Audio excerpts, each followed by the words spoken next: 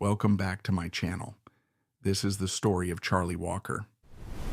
If you were driving through Texas in the 1950s or listening to the Opry in the late 60s, his voice was a constant companion. He was the ultimate honky-tonk insider, a legendary radio DJ who knew everyone, and a singer with a voice as smooth as Tennessee whiskey and a delivery as sharp as a cowboy's spurs.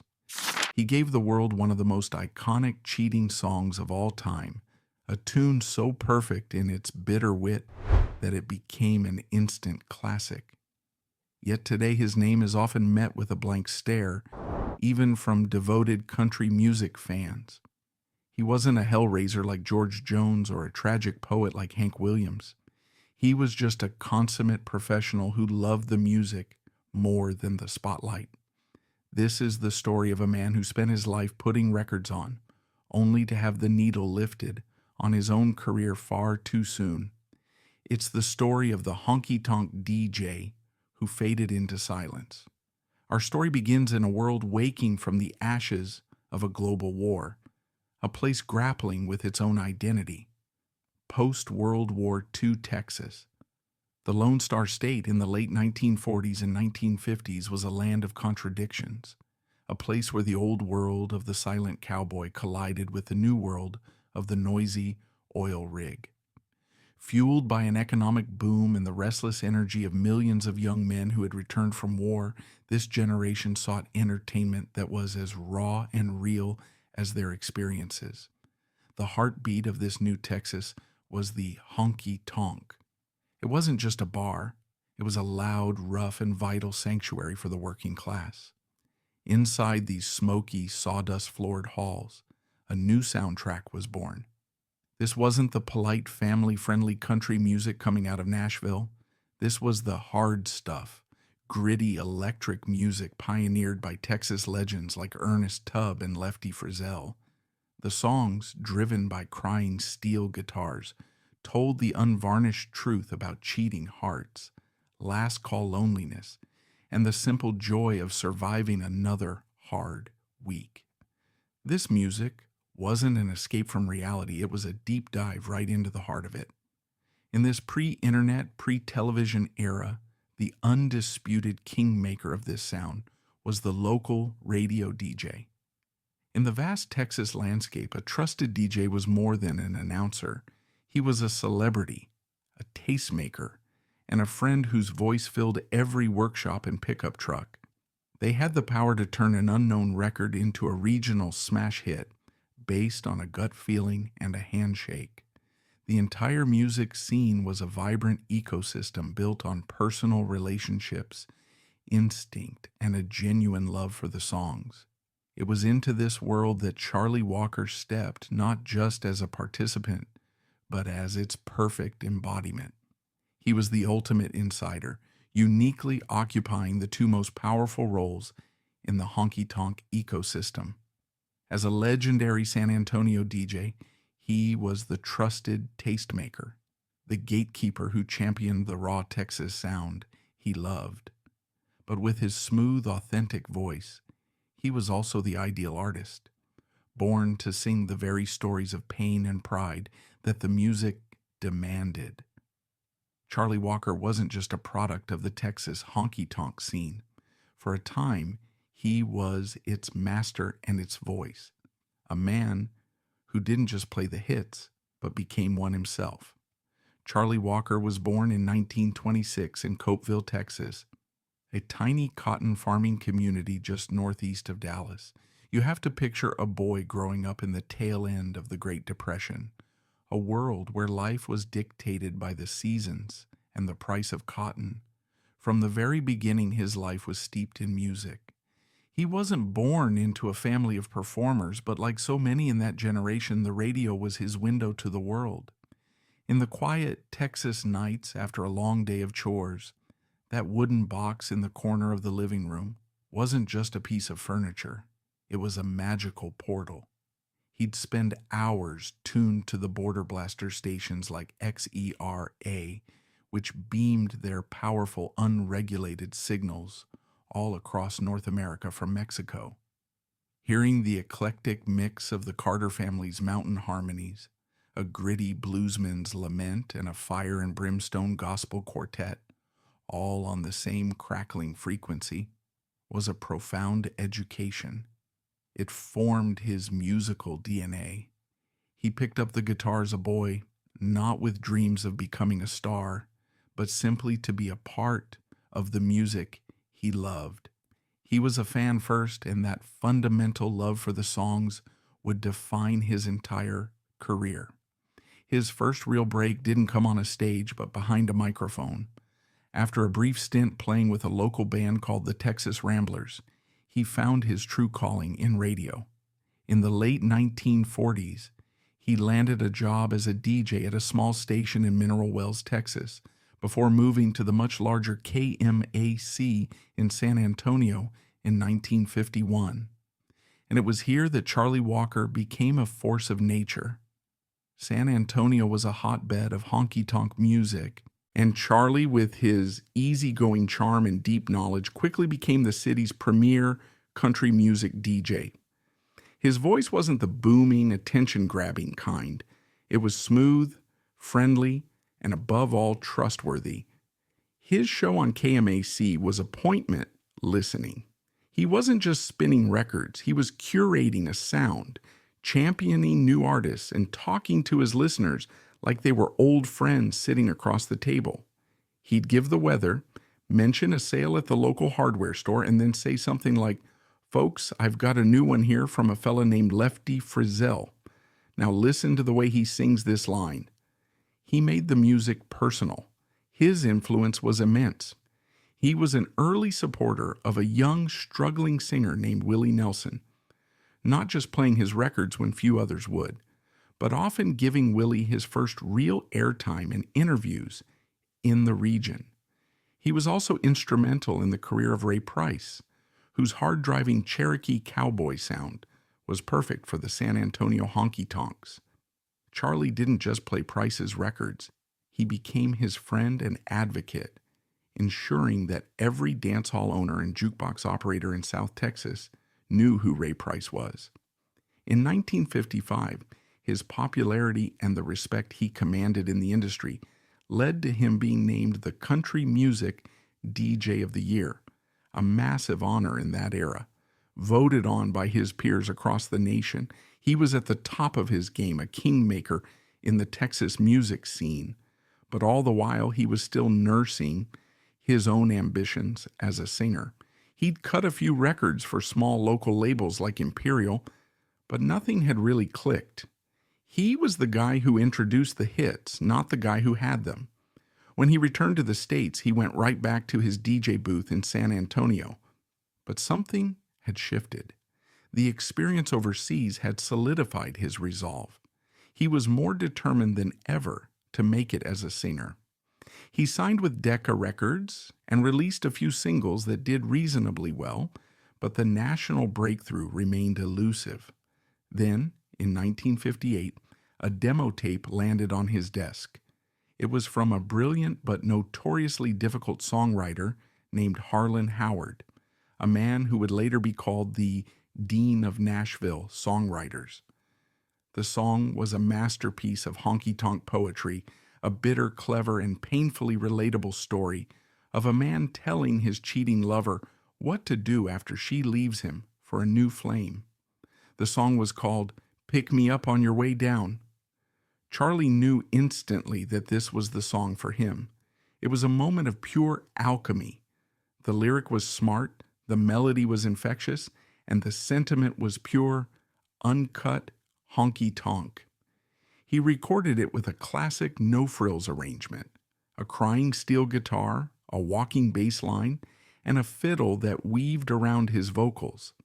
And his delivery was perfect. He didn't oversing it or wallow in self-pity. He delivered the lines with a kind of weary resignation, a touch of sarcasm, and a deep underlying hurt that was utterly believable. It was the voice of a man who had seen it all from his DJ booth, who understood the heartache because he'd played the soundtrack to it for years. The opening line was an all-timer. "You say you're leaving, you're going away. to a new love you say you found today. The song was an immediate and massive hit, shooting to number 2 on the Billboard country charts. After more than a decade of trying, Charlie Walker had finally arrived. He was no longer just the DJ. He was the star. The success of Pick Me Up on Your Way Down changed his life. It led to more hits like I'll Catch You When You Fall and the classic barroom anthem, Who Will Buy the Wine? He became a sought-after touring act, sharing bills with the biggest names in the business. But the ultimate validation of his career came in 1967. After years as a respected artist, he received the call he had been dreaming of since he was a boy in Cokeville. He was invited to become a member of the Grand Ole Opry. This was the holy grail for any country singer. To stand in the sacred circle on the stage of the Ryman Auditorium, the mother church of country music, where Hank Williams and Roy Acuff had stood, was the highest honor the industry could bestow. For Charlie, a man who had started out as a fan listening to the Opry on a crackly radio, it was the culmination of a lifelong dream. He had been accepted into the family, and he took that role seriously. For the next 4 decades, he would be a loyal and beloved member of the Opry cast, a familiar and comforting presence for generations of fans. He was never the biggest star on the show, but he was one of its most reliable pillars. He had made it. He had a classic hit that would never die and a permanent home at the heart of country music. By all accounts, he should have been set for life, a revered elder statesman of the genre. But in the fast-moving, trend-driven world of country music, even a spot on the Opry couldn't guarantee you wouldn't be forgotten. Behind the radio voice and the Opry spotlight, Charlie Walker was, by all accounts, one of the most genuinely decent and well-liked people in a business not exactly known for its kindness. In a world of oversized egos, hard-drinking hellraisers, and cutthroat competition, Charlie stood out for his quiet professionalism and his unwavering generosity. He was the guy everyone trusted, the steady hand in a chaotic world. And the anchor that secured that steady hand was a personal life that stood in stark contrast to the turbulent narratives of his peers. The heart of that stability was his marriage of 56 years to his wife Connie. Charlie and Connie Walker's marriage wasn't a love story chronicled in his songs, but rather the quiet soundtrack to his entire life. While his career played out on stages and across the airwaves, his marriage was built in the privacy and quiet that shaped the man himself far from the spotlight. Their relationship, believed to have begun before he reached the heights of Nashville fame, was founded not on the glamour of show business, but on a genuine, grounded commitment. While Charlie was the public face and the voice, Connie was the unseen partner, the architect of the private world that made his public career possible. Consider the reality of a touring artist's life in the 60s and 70s. The long weeks on the road, the loneliness of hotel rooms, and the constant temptations of the industry. Connie was the bedrock, the chief operator of the domestic world that allowed his professional one to exist. She was the one raising their children, managing the household, and maintaining the sense of normalcy he could anchor himself to. She kept the home fires burning, ensuring that home was not merely an address, but a sanctuary of peace to which he could always return. This 56-year union wasn't a matter of luck. It was a conscious choice, renewed daily through quiet milestones like family dinners and graduations, not public dramas. This stability became the very key to understanding Charlie Walker. His marriage wasn't a tragedy to sell records. It was a fortress that protected him, explaining his reliability as an artist, his generosity as a mentor, and, ironically, why his personal story lacked the very chaos the industry so often mythologizes. Friends would tell stories about how, after a show, While other stars might retreat to a private bus or a hotel room, Charlie would often be the last one in the building, signing autographs until the last fan had gone home, and then thanking the stagehands by name before he left. His early career as a DJ wasn't just a stepping stone, it was the foundation of his entire personality. He had spent years on the other side of the glass, watching hopeful singers come and go, helping other artists get their start, and he never forgot the struggle. He never developed the strutting ego of a star because, in his heart, he was still one of the guys who promoted the shows and spun the records. There's a wonderful, telling anecdote from the early 1960s. A young, unknown songwriter and singer from Texas had just moved to Nashville with a suitcase full of songs and a mountain of ambition. That young man was Willie Nelson. Willie was struggling to get anyone to listen to his unconventional songs and his unique behind-the-beat phrasing. He was too different, too strange for the Nashville of that era. But Charlie Walker, who remembered playing Willie's early self-funded records on his San Antonio radio show years before, welcomed him with open arms. Charlie didn't just offer a word of encouragement. He put his reputation on the line. He recorded several of Willie's early compositions himself, including a beautiful version of A New Way to Cry, giving the unknown writer a crucial paycheck, and more importantly, the credibility of a Nashville recording. He also used his influence as an Opry member to get Willie a spot on the show. More than that, he personally chauffeured Willie around Nashville in his own car, introducing him to publishers and record executives, vouching for his talent when others were skeptical. Willie Nelson never forgot that kindness. In his autobiography, he wrote about Charlie with deep affection, remembering him as one of the few people who believed in him when it mattered most. This was classic Charlie Walker. He wasn't threatened by new talent. He nurtured it. He saw the music as a community, not a competition. His temperament was perfectly suited for the Opry. The Grand Ole Opry, especially in those days at the Reman, was more than just a stage show. It was a club, a family with its own complex set of traditions and unwritten rules. Charlie fit in perfectly. He was never a headliner who sold out arenas, but he was the ultimate company man. He was reliable, always showing up on time, always ready with a few songs and a warm smile. He became the unofficial backstage greeter. He was the glue that held the show together, the familiar face the audience could count on, seeing every weekend. He'd stand in the wings, a tall, calming presence, chatting with everyone from the biggest stars like Roy Acuff to the nervous newcomers making their debut, their hands shaking as they waited to step into that sacred circle for the first time. He'd offer them a quiet word of advice. Just sing 'em the truth, son. This old building will take care of the rest. He was a walking, talking encyclopedia of country music, and he loved nothing more than to share stories and offer a word of encouragement. One particularly poignant and little-known story reveals the depth of his character.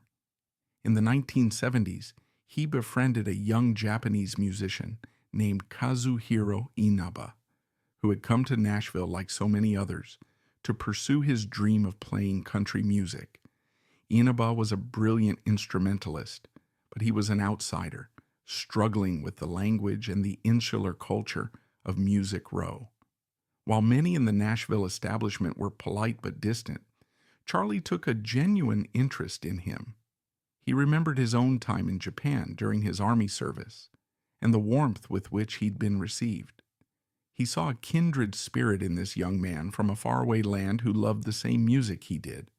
Charlie took him under his wing, inviting him to his home for dinner, helping him with his English, and getting him gigs on the road. It was an act of quiet, unassuming kindness, a repayment of the hospitality he'd been shown decades earlier. It speaks volumes about the man. He didn't see borders or nationalities. He saw a fellow musician who needed a hand and he extended it without a second thought. But this very decency and lack of sharp elbows may have also been a factor in his career's slow fade. It's a quiet tragedy, really, that the same qualities that made him a wonderful and respected man may have made him a less than ideal commodity in the ever-shifting marketplace of the music industry.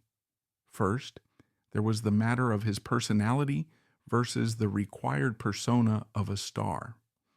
Charlie was a consummate professional, a reliable family man. In a business that was increasingly drawn to marketable narratives of turmoil and redemption, the hell-raising of George Jones, the tormented soul of Hank Williams, the rebellious swagger of Johnny Cash, Charlie's story was one of quiet competence. But how do you market stability? How do you build a myth around a man who simply shows up on time, does his job brilliantly, and goes home to his family? He wasn't a self-promoter because it likely wasn't in his nature. He wasn't the kind of artist who kicked down doors or demanded the spotlight because he saw his career as a craft, not a conquest.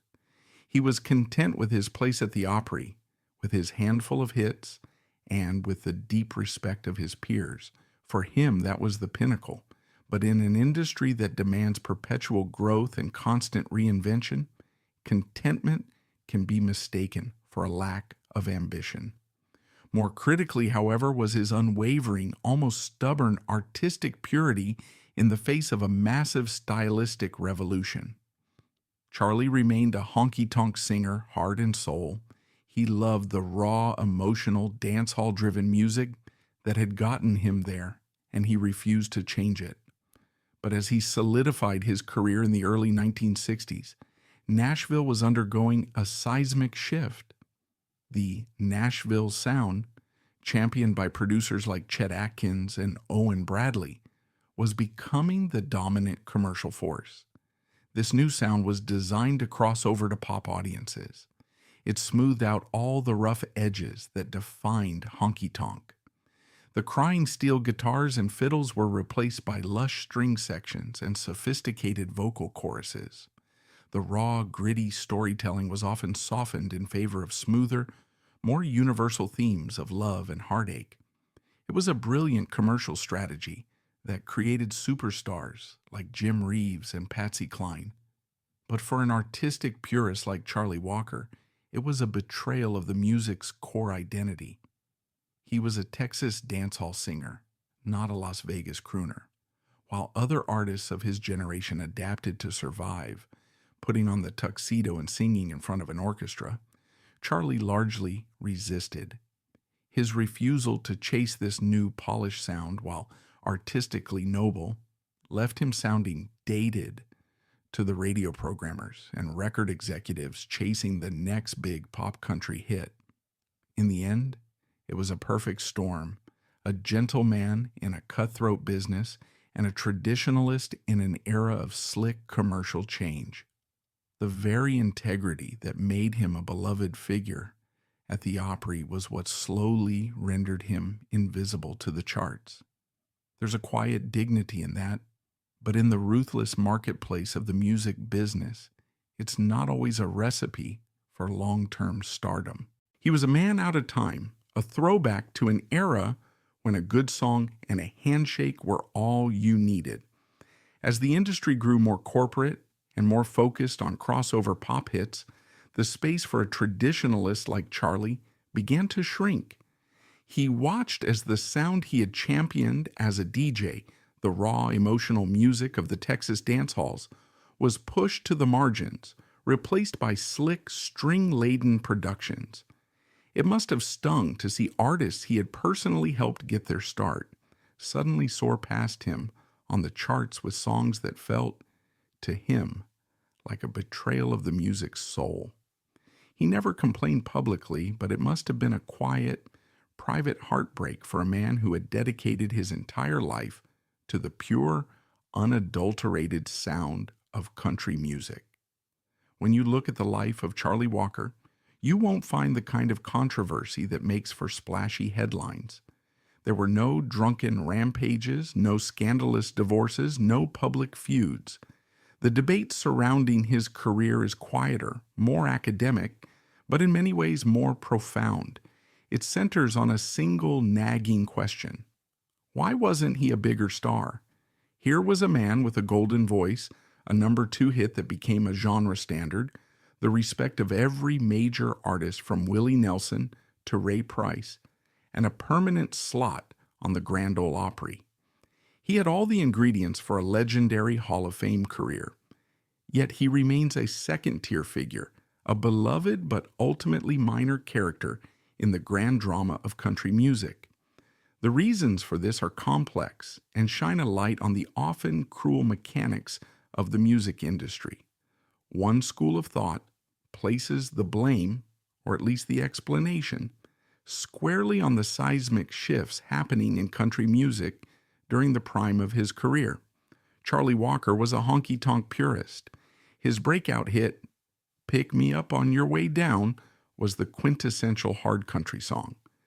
But he achieved his greatest success in the late 1950s and early 1960s, precisely when the Nashville sound was beginning to take over. You have to understand, this wasn't just a creative choice, it was a decision born of panic. Rock and roll, in the form of Elvis Presley and Jerry Lee Lewis, had exploded onto the scene, and for a moment, it looked like traditional country music might become a relic overnight. The Nashville sound was a deliberate attempt by brilliant producers like Chet Atkins and Owen Bradley to make country music more palatable to a mainstream pop audience. They smoothed out the rough edges, replaced the crying steel guitars and twin fiddles with lush string sections, and the polished background vocals of groups like the Jordanaires. They encouraged singers to adopt a smoother, more crooning style. It was a commercially brilliant move that saved country music from the onslaught of rock and roll, producing massive crossover hits for artists like Patsy Cline, Jim Reeves, and Eddie Arnold. But for a traditionalist like Charlie, it was a disaster.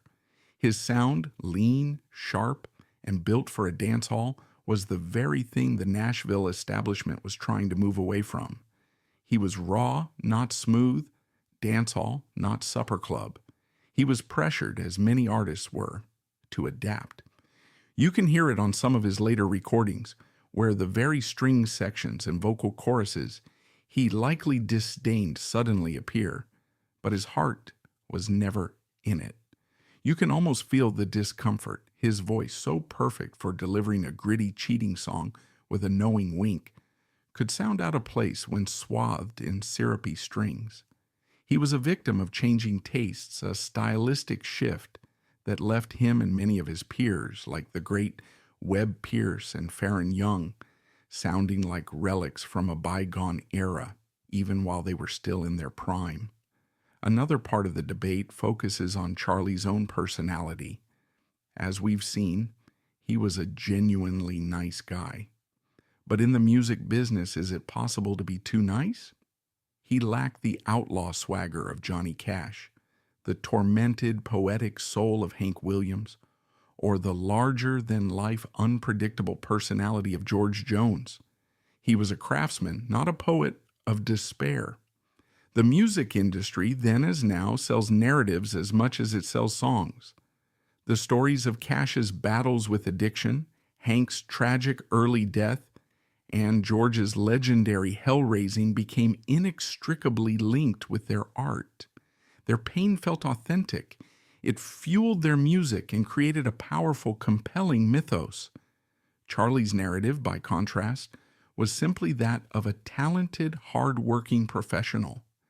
His very reliability and professionalism, the qualities that made him so beloved at the Opry, may have worked against him in the public imagination. He didn't have a story in the way the great, tragic figures of the genre did. His story was that of a man faithfully married to the same woman for 56 years, who showed up to work on time. He sang the songs about cheating, drinking, and heartbreak with utter conviction, but he wasn't living them in the same destructive way. While admirable, it doesn't make for compelling myth-making. It's a quiet, respectable story, but it's not the stuff of legend. A third, more subtle argument points to his deep identity as a DJ. Did the industry, and perhaps even the public, ever fully stop seeing him as Charlie Walker, the DJ? He had spent so many years as the man who introduced the stars that it might have been difficult for some to accept him as a star in his own right. Think about it. His expertise was in recognizing a hit, in curating the music of others. He was an enthusiast, a fan, a conduit.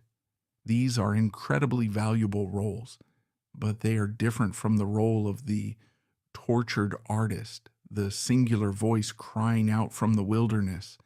It's like a brilliant film critic who decides to direct a movie. Even if the film is a masterpiece, a part of the audience will always see him as the critic first. It's possible that his greatest talent, his impeccable ear for other people's music, overshadowed his own considerable talent as a performer in the public's mind. He was so good at being the one who presented the art that he never fully became the art itself.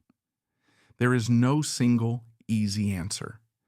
It was likely a combination of all these factors: a changing industry that no longer valued his sound, a gentle personality in a business that rewards drama, and a career that began in the promotion of others. The quiet controversy of Charlie Walker's career is a poignant case study in the difference between success and stardom. He achieved a level of success most musicians only dream of: a classic hit, a respected name, a home at the Opry. But true, lasting stardom, the kind that puts your face on the Mount Rushmore of the genre, remained just out of his reach. It's a debate with no villain, a story of a good man and a great singer who, through a confluence of bad timing and a gentle nature, simply got lost in the shuffle of history. Charlie Walker passed away on September the 24th, 2008, at the age of 81 after a valiant battle with colon cancer. True to the script of his life, his passing did not set off a media firestorm. His death was noted with respectful but brief obituaries in the music press. There were no major television tributes or front-page headlines. It was a quiet end to a quiet career. But to measure the true impact of his loss, one shouldn't look to the news headlines, but to the heart of the country music community, the Grand Ole Opry. The Saturday night following his passing, a solemn moment fell upon the show. As is tradition for a fallen member, his fellow artists, the friends he had stood beside in the wings for 40 years, paid tribute. The show was dedicated to his memory, and backstage stories were shared of his kindness, his professionalism, and his quiet humor. It wasn't a spectacle for the cameras. It was a family mourning one of its own. The condolences that came were not from polished press releases, but from personal calls and heartfelt remembrances. Artists like Willie Nelson, who never forgot Charlie's early championing of his career, spoke of losing a true friend and mentor. The reaction within Nashville was one of deep, quiet sadness for a man who represented the industry's conscience. It was the loss of a pillar, a man who was always there, the familiar face backstage who could always be counted on for a word of encouragement. The world at large may have noted the passing of a minor country star, but the family at the Grand Ole Opry mourned the loss of its steady, reliable soul. And yet, his legacy is more significant than the lack of fanfare might suggest. His true importance lies not in a long string of hits, but in the crucial roles he played at a pivotal time in country music's history, roles whose significance has only grown clearer with the passage of time. His most enduring legacy is, of course, the song "Pick Me Up on Your Way Down." It is more than just a hit. It is a foundational text of honky-tonk music, a masterclass in songwriting and delivery packed into 2.5 minutes. The song, penned by the great Harlan Howard, is a marvel of emotional complexity. It's not a weepy ballad of a heartbroken victim. It's the sound of a man who has been deeply wounded but refuses to surrender his dignity. The genius of the lyric is in its blend of sarcastic pride and genuine pain. It's the ultimate passive-aggressive country song. A man essentially saying, "Go on, have your fun, but you'll be back, and when you come crawling, I'll be here." Walker's performance on that record codified a certain kind of honky-tonk attitude, a mix of heartache, pride, and wry humor. It's the sound of a man who's been knocked down but refuses to be counted out. In that one song, he captured the essence of the genre and created a standard that will be played and sung as long as there are jukeboxes in smoky bars. It has been recorded by dozens of other artists, from George Jones to Jerry Lee Lewis, and it remains a staple for bar bands across the world, a perfect slice of bitter, danceable truth. Beyond that single immortal song, his greatest significance lies in his role as a time capsule of a lost world, the era of the great regional radio DJ. He wasn't an algorithm. He was a guardian of the raw Texas sound, a man whose passion and impeccable taste could build the careers of giants like Willie Nelson and Ray Price. He represents a time when music was a conversation between an artist, a DJ, and a community, not a product delivered from a distant corporate headquarters. That dedication to authenticity also defined him as an artist. He represents a whole class of hard-working journeymen who are the bedrock of country music, the ones playing the Opry every weekend and touring the small towns while the headliners chased pop stardom.